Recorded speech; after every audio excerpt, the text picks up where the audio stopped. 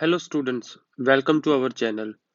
आज हम करने जा रहे हैं chapter number 5 class 10 science periodic classification of elements के एक्सरसाइज के क्वेश्चंस के सॉल्यूशन। तो चलिए शुरू करते हैं। फर्स्ट क्वेश्चन है हमारे पास, विच एलिमेंट्स हैज, तीन क्वेश्चन आगे फर्दर दे रखे हैं, चार क्वेश्चन सॉरी। पहला, two shells both of which are completely filled with electron. ऐसे एलिमेंट्स के नाम बताओ जिसमें दो शेल है और दोनों ही कंप्लीटली फिल्ड है, तो नियोन ऐसा एलिमेंट है हमारे पास। सेकंड क्वेश्चन, इलेक्ट्रॉनिक कॉन्फ़िगरेशन जिसका 2 8 2 हो, तो आंसर इज मैग्नीशियम क्योंकि उसका एटॉमिक नंबर 12 है। Third question, a total of three shell, तीन शेल हो total with 4 electron in valence और लास्ट वाले शेल में 4 इलेक्ट्रॉन हो, यानी कि पहले दो फुलफिल हो, तो कॉन्फ़िगरेशन हो गया 2 8 4 टोटल 14, यानी कि एलिमेंट होगा silicon. Last is twice as many element in its second shell as in first shell।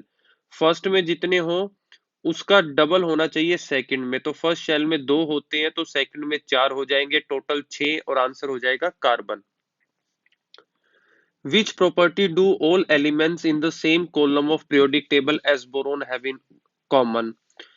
कौन सी प्रॉपर्टी उन एलिमेंट्स के पास होगी जो उसी ग्रुप में पाए जाते हैं जिस ग्रुप में बोरोन है, तो आंसर है all the elements in the same column as boron have 3 elements in valence shell, इसलिए उनको ट्राईवैलेंट भी बोलते हैं। बोरोन जिस ग्रुप में है उस ग्रुप में सभी एलिमेंट्स के पास 3 इलेक्ट्रॉन उनके आउटर मोस्ट शेल में होते हैं। सेम क्वेश्चन है जैसा पिछला था कि जिस ग्रुप में फ्लोरीन है उस ग्रुप में बाकियों के पास कौन सी प्रॉपर्टी है जो फ्लोरीन के साथ कॉमन मिलेगी, तो वही कि फ्लोरीन का भी वैलेंस इलेक्ट्रॉन 1 है और बाकी सबके भी वैलेंस इलेक्ट्रॉन 1 ही होंगे, इसलिए इनको मोनोवैलेंट भी बोला जाता है। An atom has electronic configuration 287, एक एटम का इलेक्ट्रॉनिक कॉन्फ़िगरेशन 287 है।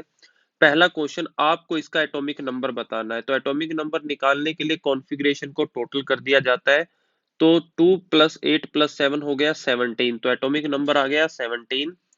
Second question, two which of the following elements would it be chemical similar. चार आपको आंसर दे रखे हैं, ऑप्शन दे रखे हैं, नाइट्रोजन, फ्लोरीन, फास्फोरस और आर्गन। और आपसे ये पूछा गया है कि ये जो ऊपर वाला एलिमेंट है इन चारों में से किसके साथ केमिकली सिमिलर होगा, यानी कि किसके साथ उसकी प्रॉपर्टीज मैच करेंगी। तो क्योंकि जो एलिमेंट आपको दे रखा है ऊपर 287 वाला जिसका एटॉमिक नंबर 17 है वो क्लोरीन है, और क्लोरीन तो हेलोजन है, 17th ग्रुप से बिलोंग करता है, और इन चारों में से जो 17th ग्रुप का है वो है दूसरे नंबर वाला यानी कि फ्लोरीन, तो इन दोनों की प्रॉपर्टी आपस में मैच होंगी। क्वेश्चन है नेक्स्ट हमारे पास, तीन एलिमेंट्स की पोजीशन आपको मॉडर्न पीरियोडिक टेबल में कुछ इस तरीके से दे रखा है कि ग्रुप 16 में बी शो कर रखा है चौथी पोजीशन पे, और ग्रुप 17 में दूसरी पोजीशन पर ए है और लास्ट पोजीशन पर सी है। चार क्वेश्चन आपसे, पहला कि ए मेटल है या फिर नॉन मेटल है, तो देखिए एलिमेंट जो राइट हैंड साइड पर होते हैं टेबल के वो नॉन मेटल होते हैं, इसलिए ए जो है वो नॉन मेटल है।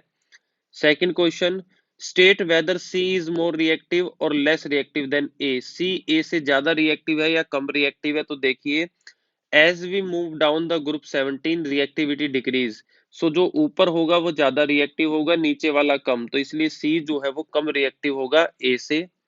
Third question, will C be larger और smaller in size then B, क्या सी का साइज बी से स्मॉल होगा, देन आंसर इज यस, क्योंकि लेफ्ट टू राइट जाने में लिख रखा है as we move from left to right in a period atomic size कम हो जाता है, इसलिए सी जो है वो स्मॉलर होगा। Last, which type of ion cation और anion will be formed by A, A किस टाइप का आयन बनाएगा, कैटायन या अनायन, लूज करेगा या गेन करेगा, तो क्योंकि ए जो है वो नॉन मेटल है and non metal have a tendency to gain electron, तो ये एनायन बनाएगा। नाइट्रोजन जिसका एटॉमिक नंबर 7 और फास्फोरस जिसका एटॉमिक नंबर 15 दोनों 15वें ग्रुप से बिलोंग करते हैं। Right the configuration of these two element, दोनों का कॉन्फ़िगरेशन लिखिए। विच of these will be more electronegative, दोनों में से ज्यादा इलेक्ट्रोनेगेटिव कौन होगा और क्यों। पहले तो हम कॉन्फ़िगरेशन लिखते हैं, नाइट्रोजन का कॉन्फ़िगरेशन हो जाएगा 2 और 5, फास्फोरस का हो जाएगा पहले शेल में 2, दूसरे में 8 और तीसरे में 5। अब क्योंकि नॉन मेटेलिक करेक्टर डिक्रीज होता है as we move down the group, तो नाइट्रोजन ऊपर है तो वो ज्यादा इलेक्ट्रोनेगेटिव होगा किससे, फास्फोरस से। How does the electronic configuration of an atom relate to its position in modern periodic table? किसी एटम की पोजीशन को अगर मॉडर्न पीरियोडिक टेबल में बताना हो तो इलेक्ट्रॉनिक कॉन्फ़िगरेशन का कैसे यूज किया जा सकता है? तो देखिए, group number of an element can be predicted from the number of electrons in the outermost shell, like atoms have one electron in valence shell belongs to group 1। किसी element का आप इलेक्ट्रॉनिक कॉन्फ़िगरेशन लिखिए, last shell में जितने electron होंगे उनकी help से आप ये बता सकते हो कि वो किस ग्रुप में पाया जाता है। जैसे कि अगर उसके शेल में एक इलेक्ट्रॉन है लास्ट में तो फर्स्ट ग्रुप का होगा, दो है तो सेकंड का होगा, तीन है तो 13, 4 है तो 14, इस तरीके से 5 है तो 15, 6 है तो 16, 7 है तो 17 और 8 है तो 18th ग्रुप का होगा।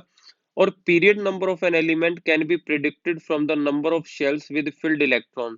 पीरियड नंबर अगर आपको निकालना है तो आपको नंबर ऑफ शेल देखने हैं कि किसी एलिमेंट के जो किसी एटम्स के जो इलेक्ट्रॉन्स हैं कितने शेल्स में भरे जाते हैं। अगर वो दो शेल्स में आ जाते हैं तो वो सेकंड पीरियड से है, तीन शेल्स में आते हैं तो थर्ड पीरियड से है। जैसे कि कार्बन कार्बन का नंबर है 6, शेल भरोगे तो पहले में दो दूसरे में चार, यानी कि दो शेल उसने ऑक्यूपाई किए तो वो सेकंड पीरियड में होगा।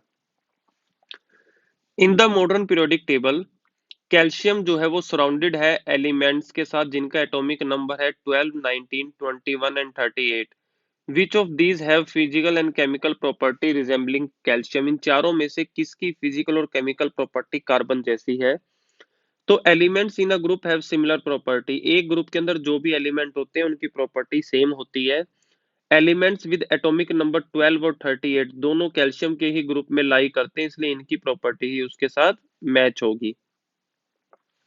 लास्ट क्वेश्चन, कंपेयर करना है और कंट्रास्ट करना है arrangement of elements in modern periodic table and Mendeley periodic table, कि क्या से उनमें सिमिलैरिटी थी और क्या डिससिमिलैरिटी थी दोनों में। तो पहले बात करते हैं सिमिलैरिटी की। पहला point, in both tables similarity in physical and chemical properties has been taken as the basis for classification। दोनों ही टेबल्स में एटम्स की फिजिकल और केमिकल प्रॉपर्टी को बेस माना गया था क्लासिफिकेशन का। Second point, formula of hydride and oxide formed by an element were treated as one of the criteria for classification of elements. ये भी सच है कि दोनों ही टेबलों में जो एलिमेंट्स के ऑक्साइड और हाइड्राइड्स के फॉर्मूले थे उनको भी एक बेस माना गया था क्लासिफिकेशन का। डिससिमिलैरिटीज दोनों में फिर क्या थी? तो देखिए, पहला point, Mendeleev table was based on atomic mass, जबकि modern periodic table atomic number पर बेस्ड थी। Second point, Mendeleev table has 8 groups with sub groups, तो यहाँ पे मिस्टेक है, ये सब आएगा सन की जगह, सब groups. whereas modern periodic table has 18 groups with no subgroups। Modern Mendeleev table में सिर्फ 8 ही ग्रुप थे और उसके दो सब ग्रुप भी थे, ए और बी, जबकि मॉडर्न पीरियोडिक टेबल में 18 ग्रुप है लेकिन कोई सब ग्रुप नहीं है। लास्ट पॉइंट, मेंडलीव की टेबल फेल्ड हो गई आइसोटॉप की पोजीशन को एक्सप्लेन करने में, जबकि मॉडर्न पीरियोडिक टेबल ने उसको अच्छे से एक्सप्लेन कर दिया। Thank you for watching this video. Channel से कनेक्ट रहिए दूसरे चैप्टर्स की एक्सरसाइज और ब्लू बॉक्सेस के क्वेश्चन के सॉल्यूशंस को जानने के लिए।